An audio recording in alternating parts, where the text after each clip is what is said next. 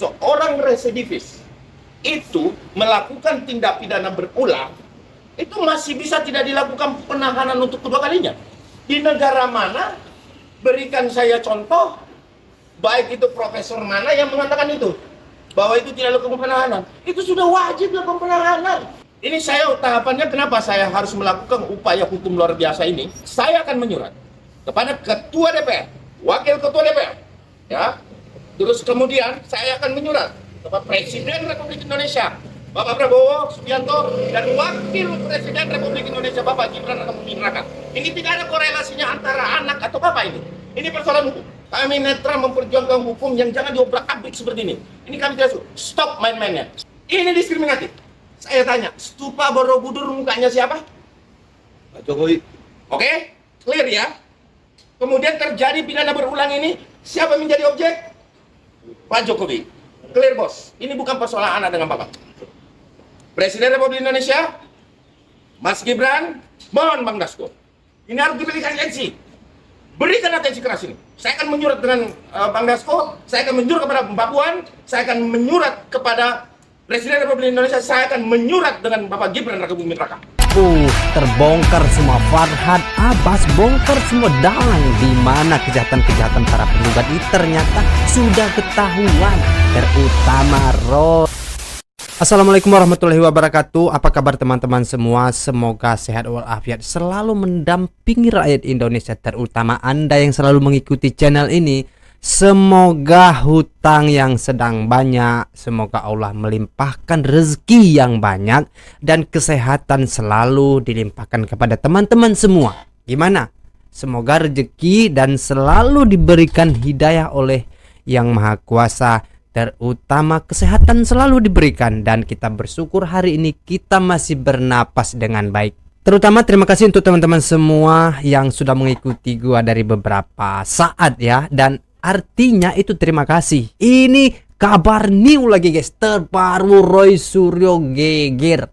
Tetap hari Roy ini bikin geger ya. Kenapa sih dia nggak langsung dikandangkan aja sih? Padahal jaksa sudah punya wewenang nih untuk mengadili Roy Suryo. Tapi dengan bacotan yang begitu banyak, Roy Suryo masih kor-kor di luar, masih menerima panggung-panggung politik. Televisi masih ngundang Roy. Harusnya sih kalau memang televisi itu stasiun-stasiun bisa dan mampu, harusnya Pak Jokowi dong undang langsung supaya disatukan mereka dengan Roy Suryo. Tapi Pak Jokowi mah bodo amat.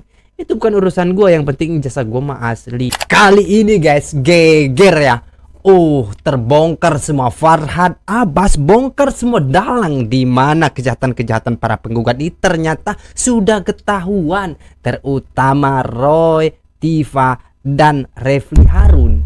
Setelah Risman sudah RJ, ternyata tahu nggak bro, itu si Tifa sebenarnya dia mau RJ tapi ditolak Pak Jokowi. Dia sudah keterlaluan guys. Dan di sisi lain juga ternyata ini terbongkar juga. Farhad Abbas bongkar semuanya guys. Makanya tonton video ini jangan sampai habis. Jangan sampai habis, nanti kalian terlalu paham.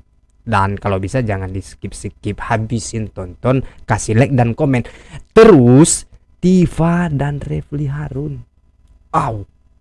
pernah tertangkap basah di karaoke, pernah tertangkap basah di hotel, dan bukti sudah dipegang oleh Farhad Abbas. Itu semua menjadi jebakan untuk mereka. Akhirnya kita berharap sih dengan kejahatan yang mereka lakukan ini nanti di satu saat mereka akan dipenjara tanpa harus menyidangkan Pak Jokowi. Hanya itu jalan satu-satunya untuk memperangkap mereka ke dalam penjara. Kita cari kejahatan mereka, kita bongkar semua, dan kejahatan mereka itulah yang harus diadili. Walaupun nanti mereka masih kor-kor ijazah Pak Jokowi itu palsu katanya, kata mereka, minimal mereka sudah keluar di penjara dan mereka tidak memiliki akses untuk ke media sosial lagi. Itu cara satu-satunya untuk memenjarakan mereka. Tapi kalau dengan cara Pak Jokowi sidang, itu sepertinya Pak Jokowi mah bodo amat, kalian keluar mah bodo amat. Namanya juga kalian tuh cuma bocil sih ya. Yang penting gua maju terus. Ini simak videonya guys. Serem cuy. Tipe itu nggak penting gitu. Justru saya dapat informasi 5 hari dia di Solo tidak diterima oleh Pak Jokowi gitu. 5 hari. Jadi Dokter Tifa, kamu jangan terlalu banyak bicara ya. Wow. Kita hanya menerima RJ daripada Pak Rismon Sianipar. Makanya saya jumpa dengan Bang Rismon. Jadi kalau Dokter Tifa berbicara seenak perutnya, justru saya katakan bahwa Dokter Tifa ini orangnya labil. Dari rekam jejak yang kita lihat bahwa dia memiliki cenderung memeledak-meledak gitu. Dapat informasinya mereka itu keluarganya banyak yang mati muda Oh my god. kena penyakit darah tinggi. Astaga. Nah, meledak. Nah, sekarang kami lagi mengejar ya adanya hubungan emosional antara orang yang menghina Pak Jokowi itu terkait dengan perbuatan cabul dan pengkhianatan kepada keluarga yang dilakukan oleh pengacara yang terkenal hebat tapi memiliki rumah tangga, tapi mereka berada dalam satu kamar yang sama dan di tempat karaoke yang sama. Oh my god. Nah, mudah-mudahan polisi bisa menyidik ada hubungan apa mereka di sana. Karena menurut pengakuan dari Rismon, pengacara tersebut yang inisialnya RH, Oh, Refli, Wak. dialah orang yang memaksakan Rismon untuk mengatakan bahwa ijazah yang ditunjukkan pada gelar khusus itu tetap palsu. Kemudian atas perintah seorang mantan petinggi KPK dengan inisial Abras yang mengendalikan semua pengacara untuk melakukan satu perlawanan yang Oh my god. kita anggap agar isu ini dapat memberikan keuntungan ekonomi buat kelompok-kelompok tersebut. Ada Michael, ada RH, para YouTubers, mereka segala macam. Mereka ingin isu ini sampai tahun 2029. Oh. Tahu. Kemudian ada geng Makassar yang memang tergantung orang-orang dari Sulawesi Selatan. Ada jenderal berbintang 4, Oh. inisial SS. Kemudian ada juga partai politik dan tokoh-tokoh petinggi partai memang ada. Oh. Nah, kalau kaitan dengan Rismon, ada beberapa yang ketemu, ada juga yang tidak. Bahkan semua rekamannya ada. Nah, jadi kita tunggu saja. Mudah-mudahan Rismon bisa menyampaikan dalam berita acara sebelum beliau di SP3 perkaranya, sehingga ini berlanjut. Bahwa perbuatan yang bermotif ekonomi yang dilakukan oleh tim mereka semua ini tentu ada dalangnya gitu. Dalangnya terungkap. Dan dalangnya dulu ada sudah menjadi tersangka tapi takut nangis, tapi ternyata masih menggunakan cara-cara kebencian dia terhadap Pak Jokowi. Inisial Abras tadi. Abras, Abraham Samad pasti tuh. Gue menduga itu Abraham Samad, Abras tuh ya kan. Nah, jadi kalau bagi tim relawan Dokter Tifa itu kita anggap kayak butiran debu saja. Ush. Ibaratnya Rismon ini adalah pemegang payung di saat hujan. Oh. Ketika Rismon sudah KO, mereka kebasahan semua. Nah, kalau orang udah basah kuyup dan tenggelam, ya begitulah. Kemudian ditolak RJ-nya, kemudian dia mengatakan menyerang terus Pak Jokowi, itu hanya gayanya saja. Oh. Tapi yang jelas sedikit lagi mereka akan KO dengan laporan-laporan. Karena RH ini menuduh bahwa Polda merekayasa bukti. Oh. Nah, kemudian mereka adalah sebagai, menurut kata Rismon, bahwa bagaimana RH bisa berjuang kalau dia mengkhianati keluarganya. Wow. Kemudian beberapa saksi sudah ditanya juga dan mungkin akan dipanggil. Hubungan spesial yang membuat atau mengancam jika Dokter T ini mengikuti jejak Rismon, maka hubungan pribadinya mungkin akan terbongkar atau terungkap. Tapi walaupun tidak masalah kita bersatu, kami akan segera mengungkap kasus itu semua, ya. Karena data rekaman baik di ruang karaoke maupun di hotel tentang keberadaan mereka satu kamar, itu sedang diselidiki dan punya bukti-buktinya. Geger guys, kali ini barang bukti sudah tercantum di pihak reserse Polda Metro Jaya dan mengumumkan hal ini. Video menarik ini teman-teman. Dan tidak ada hoax lagi di sini.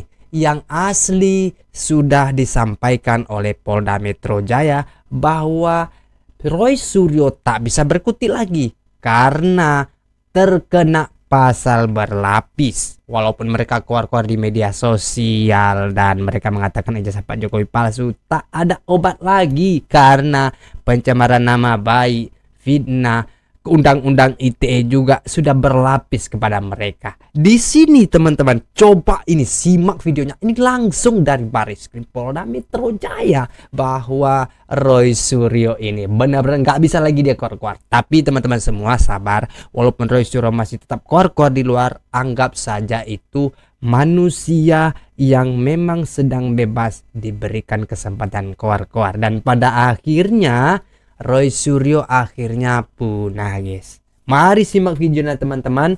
Jangan lupa untuk tersenyum dengan bangga karena yang kita tunggu-tunggu selama ini telah tercapai dengan baik.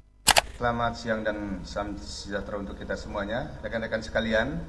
Pada kesempatan siang hari ini, kami dari Direktorat Reserse Kriminal Umum Polda Metro Jaya ingin menyampaikan informasi terupdate terkait dengan penanganan perkara dugaan fitnah atau pencemaran nama baik terhadap Insinyur Haji Joko Widodo yang kami tangani berdasarkan 4 laporan polisi yang diterima oleh Polda Metro Jaya. Dugaan tindak pidana yang terjadi adalah dugaan tindak pidana pencemaran nama baik dan atau fitnah dan atau menghasut orang lain untuk melakukan perbuatan pidana dan atau menyatakan penghinaan di muka umum dan atau menyebarluaskan dengan sarana teknologi informasi pernyataan perasaan permusuhan dan atau memanipulasi penciptaan, perubahan, pengerusakan informasi elektronik yang dianggap seolah-olah data yang otentik dan atau mengubah, mengurangi, melakukan transmisi, merusak, memindahkan, menyembunyikan suatu informasi elektronik milik orang lain. Persangkaan pasal 310 Undang-Undang Nomor 1 Tahun 1946 tentang KUHP dan atau dengan ancaman pidana penjara 9 bulan, kemudian ayat 2 ancaman pidana penjara 1 tahun 4 bulan. Kemudian pasal 434 Undang-Undang Nomor 1 Tahun 2023 tentang KUHP ayat 1 ancaman pidana penjara 3 tahun. Dan atau pasal 246 Undang-Undang Nomor 1 Tahun 2023 dengan ancaman pidana penjara 6 tahun. Pasal 242 Undang-Undang Nomor 1 Tahun 2023 dengan ancaman pidana hukuman 3 tahun. Pasal 243 Undang-Undang Nomor 1 Tahun 2026 tentang penyesuaian pidana. Pasal 35 junto pasal 51 ayat 1 Undang-Undang Nomor 11 Tahun 2008 tentang informasi transaksi elektronik dengan ancaman pidana penjara 12 tahun. Pasal 32 ayat 1 junto pasal 48 ayat 1 Undang-Undang Nomor 11 Tahun 2008 tentang informasi transaksi elektronik dengan ancaman pidana 8 tahun. Adapun tempat dan waktu terjadinya tindak pidana diketahui terjadi mulai di Jakarta Pusat pada tanggal 22 Januari 2025 hingga peristiwa dilaporkan di wilayah hukum Polda Metro Jaya. Di mana pelapor sekaligus sebagai korban menjelaskan bahwa pelapor merasa diserang nama baiknya dan merasa difitnah dengan tuduhan memiliki ijazah S1 palsu. Skripsi palsu, berikut lembar pengesahannya. Tuduhan-tuduhan tersebut diketahui tersebar di beberapa akun media sosial dan telah diketahui oleh khalayak umum. Pelapor telah lulus perkuliahan di Fakultas di Fakultas Kehutanan Universitas Gadjah Mada dan memiliki ijazah S1. Kami ulangi bahwa Habis pelapor lah, telah Roy. lulus perkuliahan di Fakultas Kehutanan Universitas Gadjah Mada dan memiliki ijazah S1, skripsi serta lembar pengesahan yang sah dan diakui oleh Universitas Gadjah Mada. Selain itu terdapat pihak-pihak yang membahas foto atau gambar ijazah S1, skripsi berikut lembar pengesahannya yang dituduh memiliki milik pelapor yang ditayangkan dalam beberapa akun media sosial dengan tampilan tidak utuh atau terpotong-potong. Oh my god. Perjalanan penyidikan yang dilaksanakan oleh Direktorat Reserse Kriminal Umum Polda Metro Jaya dalam perkara ini, penyidik telah melakukan pemeriksaan saksi sebanyak 130 orang saksi. Oh no. Kemudian penyidik juga telah melakukan penyitaan terhadap 17 jenis barang bukti.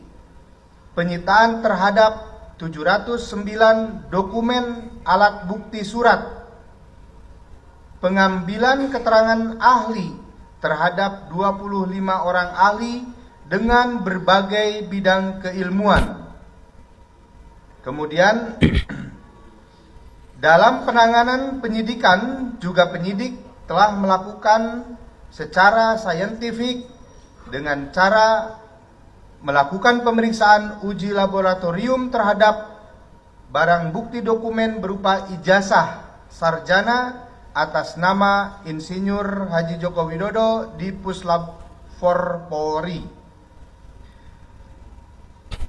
Bahwa Puslap 4 Polri telah memiliki sertifikat akreditasi laboratorium dengan nomor LP856 IDN yang diterbitkan oleh Komite Akreditasi Nasional atau KAN dengan kompetensi sebagai laboratorium pengujian dan laboratorium kalibrasi dengan menerapkan secara konsisten sesuai dengan SNI ISO 17025 tahun 2017.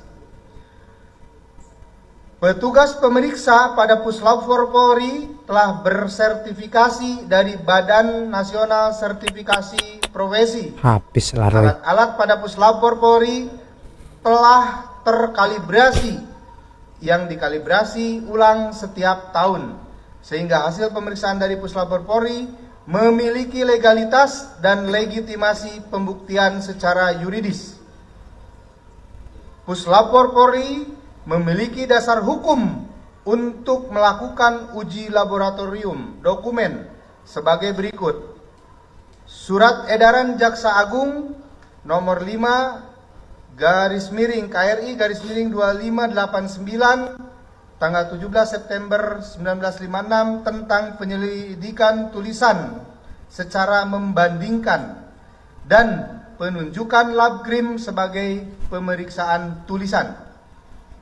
Kedua, surat Ketua Mahkamah Agung tahun 1983 perihal penunjukan laboratorium kriminal Polri dalam memberikan otentifikasi pemeriksaan barang bukti. Oh. Surat Edaran Jaksa Agung tahun 1984 perihal keterangan ahli mengenai tanda tangan dan tulisan tangan bukti. Kemudian Peraturan Kabareskrim Polri nomor 1 tahun 2022 tentang penyidikan tindak pidana. Barang bukti dokumen yang diuji secara laboratoris adalah berupa ijazah sarjana berikut dokumen-dokumen perkuliahan. Habis lah Roy ya. Berarti Roy Suryo ini sudah tak bisa diselamatkan. Karena ini sudah penuduhan guys ya. Walaupun mereka berkoar-koar ijazah Pak Jokowi ini yang dikatakan palsu, tapi bukti kejahatan sudah dikumpulkan Bareskrim Polda Metro Jaya. Demikian video kali ini, jangan lupa untuk terus tersenyum dan semoga rezeki Anda selalu dimudahkan oleh Yang Maha Kuasa Allah Subhanahu wa taala. Terima kasih sudah menonton. Artinya setiap saya unggah video, itu artinya Anda siap menonton, Anda bersiap untuk berkomentar pendapat Anda. Saya mohon maaf atas kekurangannya. Terima kasih. Sampai jumpa di video selanjutnya. Kapan lagi?